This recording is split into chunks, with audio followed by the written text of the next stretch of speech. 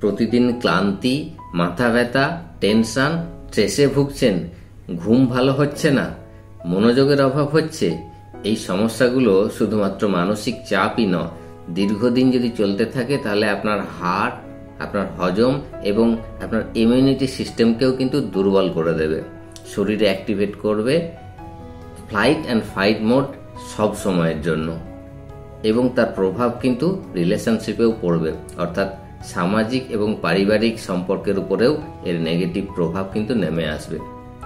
Doctor Habib তার বই activate your Vegas নার্ভতে বলছেন, ভেগাস নার্ভ যদি শক্তিশালী হয়, ভেগাস নার্ভ যদি স্ট্রং হয়, তাহলে শরীর হয় শান্ত, স্ট্রেস যায় কমে, শক্তি আসে ফিরে। এই বিষয়ে মেডিটেশন, ওম জপ, ডিপ ব্রিদিং হেল্পফুল হতে পারে। স্ট্রেস যদি আপনাকে গ্রাস করে তাহলে অবশ্যই ভেগাস নার্ভ অ্যাক্টিভেশন শুরু করুন আজ থেকেই।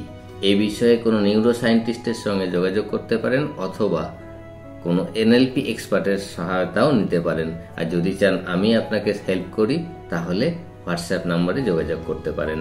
সুস্থ থাকবেন, ভালো থাকবেন।